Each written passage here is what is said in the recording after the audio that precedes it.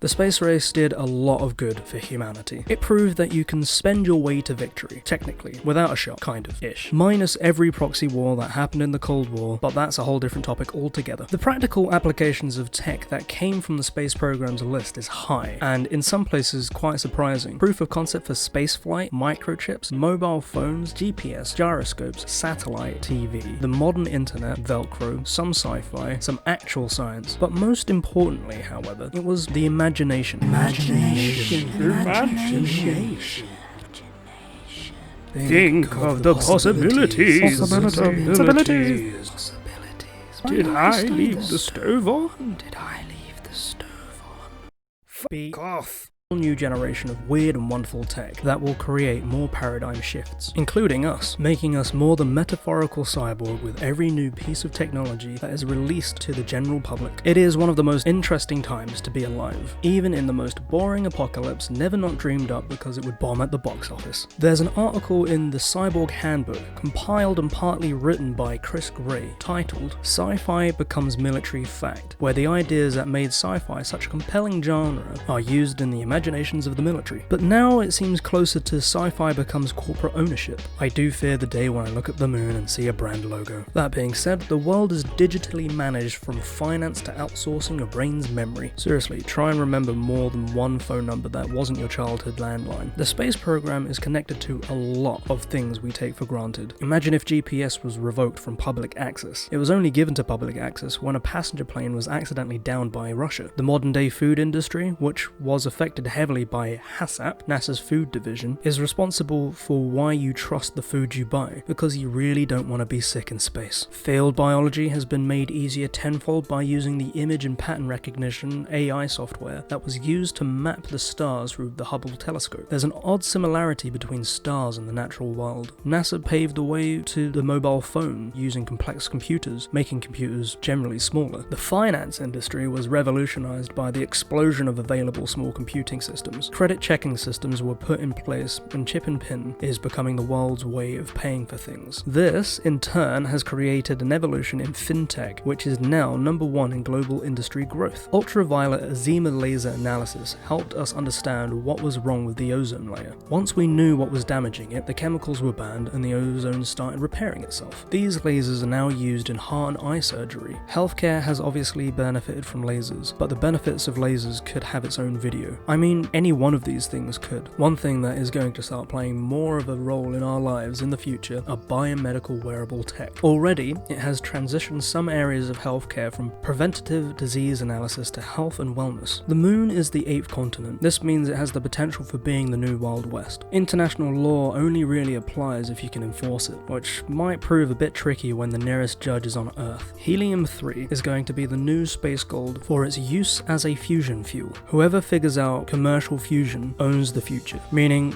whoever has the most of this new space gold holds the key to the solar system. 2 decades is the general estimated timeline for when stuff is really going to start kicking off. Earthbound investors will get rich, so those of you that are interested in stocks and shares, research whatever company is going to have a presence on the moon. 25,000 miles per hour is Earth's required escape velocity, which means there's a Goldilocks weight a shuttle needs to be for any missions to be useful, especially in ferrying equipment to the moon. It is quite literally rocket science. So, I'm going to leave the maths out. NASA has a new space launch system inventively named the Space Launch System, or the SLS. The guy that was charged with giving everything names obviously came from Northwest Kent. That being said, the contenders for this competition is starting to get a bit crowded, with other countries and corporations joining the fray. 2028 is the estimate for the first moon colonists. This is NASA's mission trajectory, which with every NASA mission will most likely be pushed back. But to think I'll be in my late 30s when we start having a moon colony gives me the good type of shivers. Robot builders are going to be the very much sung about heroes in this story. A fleet of rovers are going to be sent up to 3D print the foundations of the moon habitats, with the materials found on the surface. They are then going to bury them, giving them an insulating layer against radiation. As a side note, if robots can go and create such habitats on the moon, then imagine the earthbound possibilities for construction. There has actually already been a competition won and proof of concept for using Martian building technology terrestrially. The winners were AI space Space Factory. If you're interested in the story, link below in the description. This fleet of robots are going to be sent to the polar peaks, where there is only 5 days of night a month. This area has been described as peaks of eternal light, and if that doesn't give you hope for the future, you're obviously from Northwest Kent. Boom! Got them twice. Or you're dead inside and you obviously need human contact. If HE3 is space gold, then good old H2O is space oil. Finding and using water in every conceivable way will drive human sustainability on the moon and into the solar system. The TV show The Expanse, amongst other interplanetary social issues, takes a good look at what economies would be like surrounding the barrens of water in space. If you haven't seen it yet and you're interested in this stuff, it is a definite must. There seems to be a surprisingly abundant amount of water ice in the solar system. This knowledge is thanks to all the rovers that are currently rolling about on the moon and on Mars, but also because of lasers. As awesome as all that sounds, the potential threat of losing the whole lunar colony in one asteroid hit is higher than it is on Earth. The lack of an atmosphere means any hit is not slowed down, so it can be devastating for what is the equivalent of mud huts on the moon. Lava tubes are the next best thing, but first we need to find a way of mapping them. Once we can do this for the moon, it also helps the Mars mission as well as the cave systems on Earth, which have a myriad of geological, biodiversity and medical research potential. This is the tech that will be able to map all the hard places to get to off-world and here on Earth, especially the oceans. This will cement AI sensor, sonar mapping systems into everything that we do everywhere, especially the recent leak of things like Apple's newest product, the Apple Glass, which are augmented reality or AR glasses. AR technology is going to start infusing into everything the same way that the mobile phones are the current stronghold for external mental augmentation, i.e. the second brain in your pocket. The thing is that in being able to map underground lava tubes to safely create a subterranean second lunar colony safe from asteroids, we'd be putting a creature that evolved to be in the sun in the dark, which would be a mental strain on a human at the best of times. But this is space.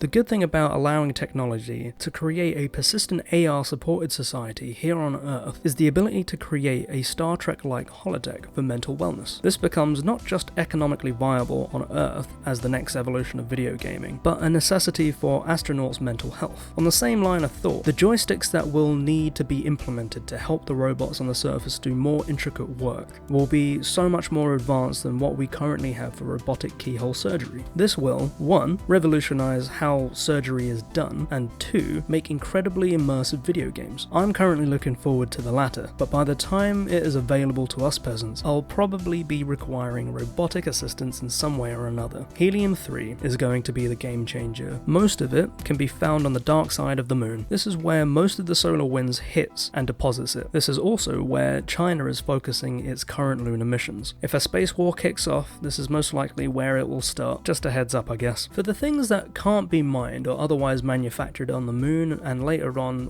Mars, there will be an Amazon Prime type delivery system for the colonies, which will have to have yet another fleet of robots. This time it would be autonomous self-landing delivery vehicles. As much as this would be a necessity for spacefarers in general, if you couple that with something like SpaceX's Earth-to-Earth launch plans, where you can practically get anywhere in the world in 30 minutes, which is just plain insane. Imagine the devastating jet lag. You can begin to see the potential capabilities of businesses like Amazon, which is already led by the world's first trillionaire. In order to get everything where it needs to be, there would have to be some sort of way station which can be found at the Lagrange points. These are points in the Earth's orbit around the Sun in relation to the Earth itself, where gravity is pretty much suspended. This means you can leave things there like fueling stations. There is 5 Lagrange points connected to Earth's orbit around the Sun. Similarly, there is the same amount of these points connected to the Moon and the Earth. These are the points that are going to be the stepping stone gateway to the solar system. Once we're at a time and place where we can use the moon base Lagrange positions as a fulcrum for interplanetary exploration for our solar system and beyond, we can start talking about interstellar travel. The most probable are generation ships, which are slower juggernauts that take a literal civilization with them for a long time. A couple of 100 years, give or take. The next best thing is the assorted mix of potential forms of propulsion to get us close to 1% of the speed of light. The craziest is the 1950s Project Orion, which gets the desired speed by riding the shockwaves of atomic bombs detonated behind it. This was a serious concept for a spaceship. Can you imagine the conversation between the engineer and the pilot?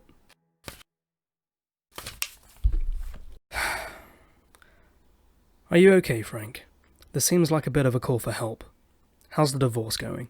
I just want to be off this f***ing rock so badly. By blowing me up? Yeah, I suppose I went a bit too far. What's with the drawings? I'm sorry. I mean, it looks like I'm on fire in this one. You are. Do you want to go home and get some rest? She took the bed. This is if we never find a way to go faster than the speed of light. If we do, then there's going to be a very dejected generation ship halfway through a 1,000-year journey when a super space highway is constructed right next to them by people seemingly from the future, destroying their hopes and dreams. I watched a video by a YouTuber called Sharky years ago, link in the description below, that talked about what would happen to humanity's conquest of the galaxy if we never found the secret to faster than light travel. It's a great watch if you have a spare 15 minutes. It details the way in which generation ships would take our species to the stars with the help of robot recon builders, much the same as what we will be having on the moon in the not too distant future. The reason I bring generation ships up is that if we can figure out a way of sustaining life where it has no right existing, then we should be able to fix the multitude of fixable problems on our planet side. In Physics of the Impossible by Mikhail Kaku, he details all the things that are science fiction at the moment, but have some solid science behind it, making them possible once the understanding of physics catches up. Great read if you're into that stuff. One of the things he highlights is the Kardashev scale, which is the way of measuring a civilization's technological know-how based on the amount of energy available to them. Type 1 is a civilization that can harness all the energy of a single planet to its fullest extent. In 1973, we were a Type 0.7 scale civilization. As of 2018, we were at 0.73. The only logical step towards becoming a Type 1 civilization is advancing into space. Now, there will be a lot of people that will still naysay about the relevance of aiming for something that we're most likely never going to see. It is unlikely that we'll ever see a unified Earth that has abolished unnecessary death and suffering. But think of a loved one, past, present or future, or if you're that way inclined, think of yourself, when a simple antibiotic saves a life. Now, think that that discovery happened in 1928. It's not even 100 years old, yet it has saved an infinite number of lives. The happy accidents that made our technological realities today largely came from the space programs around the world. Now all that's been said, let's appreciate that global spending on space programs in 2018 was $70.8 billion, while global defense spending was at $1.8 trillion. Put your thumb up in front of you. Your thumbnail is the money spent on trying to progress all life on this planet into the future. Everything else in your line of sight is the money used in one way or another to kill each other.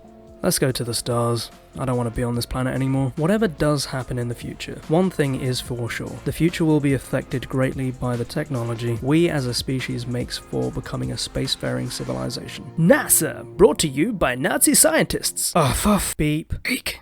See you next Tuesday.